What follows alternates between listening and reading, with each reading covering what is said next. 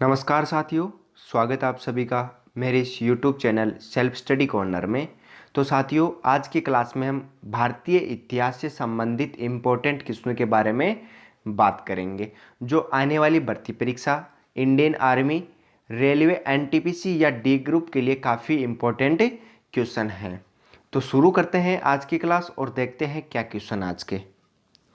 पहला क्वेश्चन है, भारतीय अंतर्राष्ट्रीय फिल्म महोत्सव के 50वें संस्करण का आयोजन निम्न में से किस राज्य में आयोजित किया जाएगा। क्वेश्चन क्या पूछ रहा है, भारतीय अंतर्राष्ट्रीय फिल्म महोत्सव के 50वें संस्करण का आयोजन निम्न में से किस राज्य में आयोजित किया जाएगा। पहला ऑप्शन है दिल्ली, दूसरा ऑप्शन है गोवा, तीसरा ऑप्शन है तमिलनाडु, चौथा ऑप्शन है कर्नाटक। ठीक है, तो जो भारतीय अंतर्राष्ट्रीय फिल्म महोत्सव के 150वें संस्करण का आयोजन गोवा में किया जाएगा। कहाँ किया जाएगा? गोवा में किया जाएगा। ठीक है, अब इसकी घोषणा किसने की थी? इसकी घोषणा की थी कि केंद्रीय सूचना एवं प्रसारण मंत्री है प्रकाश जावड़ेकर ने की थी। ठीक है, तो आपको ध्यान में रखना है कि जो भारतीय अंतर्राष्ट्रीय फिल्म महोत्सव के यानी जो फिल्म महोत्सव एक 50वें फिल्म महोत्सव का संस्करण का आयोजन गोवा में किया जाएगा और इसकी घोषणा केंद्रीय सूचना एवं प्रसारण मंत्री है प्रकाश जावड़ेकर, इन्होंने इसकी घोषणा की थी। ठीक है, इसके बारे में एक चीज़ और आपको ध्यान में रखनी है कि रूस इस साल इस फिल्म महोत्सव में भागीदार देश होगा। कौन? रूस। ठीक है, अगला क्वेश्चन है, नोबेल पुरस्कार समिति ने वर्ष 2019 का नोबेल शांति पुरस्कार किस देश के प्रधानमंत्री को देने की घोषणा की है। क्वेश्चन क्या पूछ रहा है कि नोबेल पुरस्कार समिति ने वर्ष 2019 का नोबेल शांति पुरस्कार किस देश के प्रधानमंत्री को देने की घोषणा की है। पहला ऑप्शन है रूस, दूसरा ऑप्शन है चीन, तीसरा ऑप्शन है अमेरिका, चौथा ऑप्शन है इथियोपिया। ठीक है, तो जो वर्ष 2019 का नोबेल शांति पुरस्कार है, नोबेल शांति पुरस्कार इथियोपिया के प्रधानमंत्री हैं एक अबी अहमद अली। कौन? अबी अहमद अली है जो इथियोपिया के प्रधानमंत्री हैं। इन्होंने 2019 नोबेल शांति का जो शांति पुरस्कार वो देने की घोषणा की है। ठीक है, क्यों की है? क्योंकि इन्होंने अपने पड़ोसी देश इरिट्रिया के दो दशक से चल रही जो संघर्ष चल रहा था, उन दोनों को संघर्ष चल रहा था, 2 दशक से संघर्ष चल रहा था इन दोनों देशों के बीच में, अब वो संघर्ष खत्म हो गया है।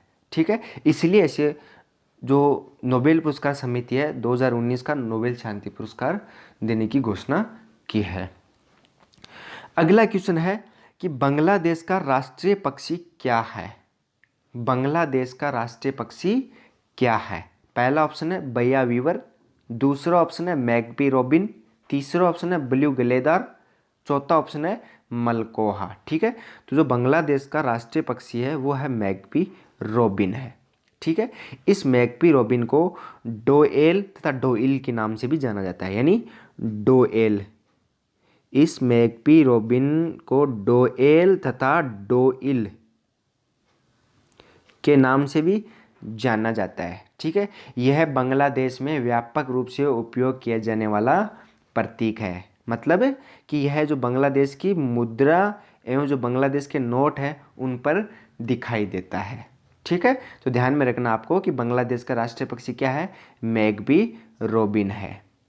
ठीक है, अगला क्वेश्चन है, भारत की भाषाओं का उल्लेख संविधान की किस सूची में है। क्वेश्चन क्या पूछ रहा है, भारत की भाषाओं का उल्लेख संविधान की किस सूची में है। पहला ऑप्शन है 5वीं सूची में, दूसरा ऑप्शन है 7वीं सूची में, तीसरा ऑप्शन है 10वीं सूची में, चौथा ऑप्शन है 8वीं सूची में। ठीक है, तो जो भारत की भाषाओं का उल्लेख है वो संविधान की 8वीं सूची में है।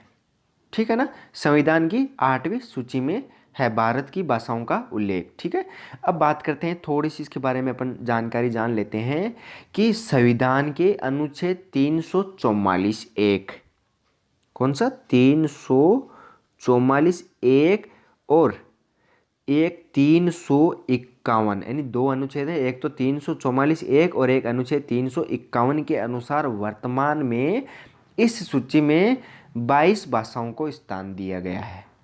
ठीक है ना। तो आपको ध्यान में रखना है कि भारत की भाषाओं का उल्लेख संविधान की 8वीं सूची में है। और जो संविधान के एक तो अनुच्छेद 344 एक और एक अनुच्छेद कौन सा है 351 के अनुसार वर्तमान में इस सूची में 22 भाषाओं को स्थान दिया गया है। ठीक है ना। अगला क्वेश्चन है, गागरोन किला किस नदी के किनारे स्थित है। क्वेश्चन क्या पूछ रहा है कि गागरोन किला किस नदी के किनारे स्थित है। पहला ऑप्शन है चंबल नदी, दूसरा ऑप्शन है काली सिंध नदी, तीसरा ऑप्शन है शिप्रा नदी, चौथा ऑप्शन है यमुना नदी। ठीक है। तो जो गागरोन का किला है, यह गागरोन का किला काली सिंध नदी के किनारे स्थित है। ठीक है ना। अब इसके बारे में थोड़ी अपन जानकारी ले लेते हैं कि यह झालावाड़ जिले में आहू एवं काली सिंध नदियों के संगम पर बनाया गया है। कौन? गागरोन जिला कौन किन दो नदियों के संगम पर बनाया गया है? एक तो आहू और दूसरी काली सिंध, इन दो नदियों के संगम पर बनाया गया है। और इस किले का जो निर्माण है वो किया था डोड, जो परमार राजपूत होते हैं, इन परमार राजपूतों द्वारा इस किले का निर्माण किया गया था। ठीक है। अगला क्वेश्चन है, भारतीय अंतरिक्ष अनुसंधान संस्थान का मुख्यालय कहाँ स्थित है। क्वेश्चन क्या पूछ रहा है कि भारतीय अंतरिक्ष अनुसंधान संस्थान का मुख्यालय कहाँ स्थित है। पहला ऑप्शन है मुंबई, दूसरा ऑप्शन है दिल्ली, तीसरा ऑप्शन है बेंगलोर, चौथा ऑप्शन है चेन्नई। ठीक है। तो जो भारतीय अंतरिक्ष अनुसंधान संस्थान है, इसका मुख्यालय बेंगलोर में स्थित है। कहाँ स्थित है? बेंगलोर में स्थित है। ठीक है। अब क्या है कि भारत सरकार ने सन 1962 ईस्वी में, कब? 62 ईस्वी में अंतरिक्ष अनुसंधान के लिए भारतीय अंतरिक्ष समिति की स्थापना की थी। कब? 1962 में। ठीक है। लेकिन बाद में क्या हुआ कि 1969 में, कब? 1969 ईस्वी में भारतीय अंतरिक्ष समिति के स्थान पर भारतीय अंतरिक्ष अनुसंधान संगठन यानी इसरो की स्थापना बेंगलोर में की गई थी। ठीक है। तो आपको ध्यान में रखना है कि भारतीय अंतरिक्ष अनुसंधान जो संस्थान है, इसका मुख्यालय बेंगलोर में है, लेकिन भारत सरकार ने 1962 ईस्वी में अंतरिक्ष अनुसंधान के लिए एक भारतीय अंतरिक्ष समिति की स्थापना की थी। ठीक है। कब की थी? 1962 में। लेकिन बाद में क्या हुआ कि 1969 में भारतीय अंतरिक्ष इस समिति के स्थान पे भारतीय अंतरिक्ष अनुसंधान संगठन यानी इसरो की स्थापना बेंगलोर में की गई थी। ठीक है ना।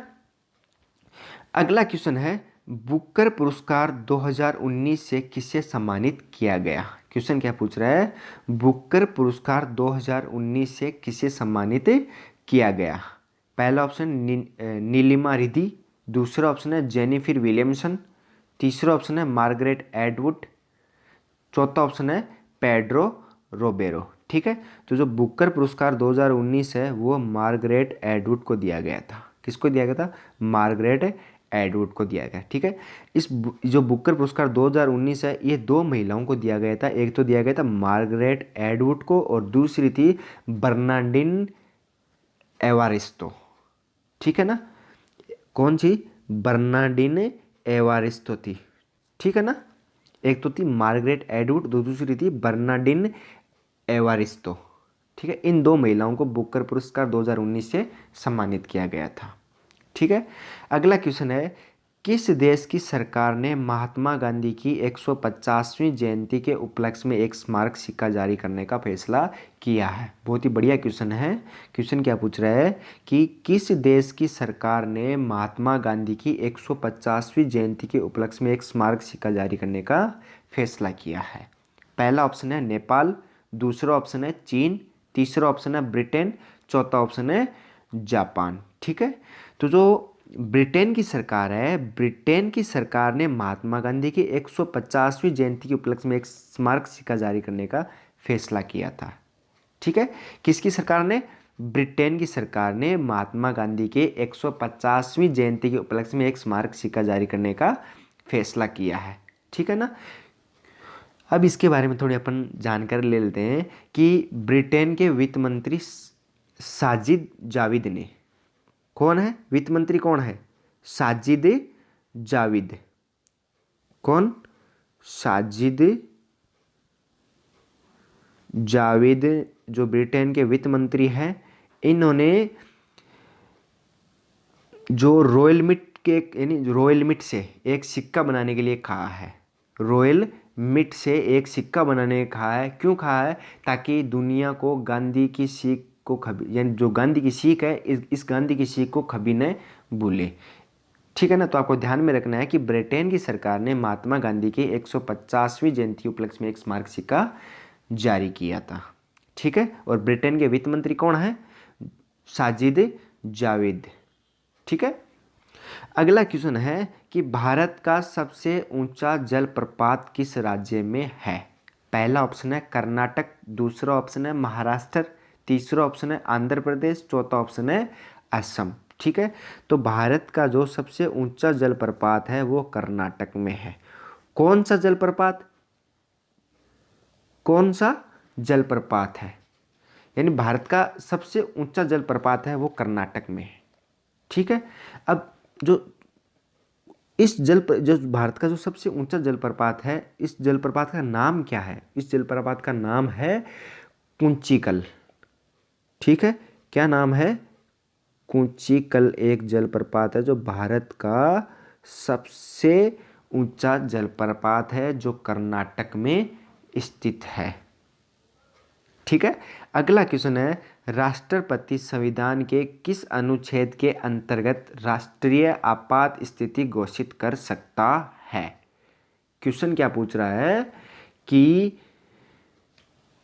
राष्ट्रपति संविधान के किस अनुच्छेद के अंतर्गत राष्ट्रीय आपात स्थिति घोषित कर सकता है?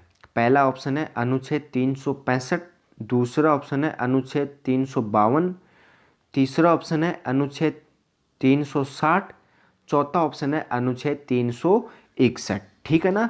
तो जो राष्ट्रपति संविधान के अनुच्छेद 352 के अंतर्गत राष्ट्रीय आपात स्थिति घोषित कर सकता है। कौन सा अनुच्छेद? 352 के अनुसार। ठीक है ना। तो दोस्तों आज के लिए बस इतना ही। मैं आशा करता हूँ आपको मेरी वीडियो अच्छी लगी हो। अगर वीडियो अच्छी लगी हो तो वीडियो को लाइक, शेयर और कमेंट जरूर करना। साथ ही साथ इस चैनल को सब्सक्राइब करना और साथ में बेल आइकन प्रेस करना, ताकि जब भी मैं आपके लिए ऐसे इंपॉर्टेंट क्वेश्चन लेके आऊँ तो सबसे पहले नोटिफिकेशन आपके पास पहुँच जाए। तो दोस्तों मिलते हैं अगले वीडियो में। तब तक के लिए जय हिंद, वंदे मातरम।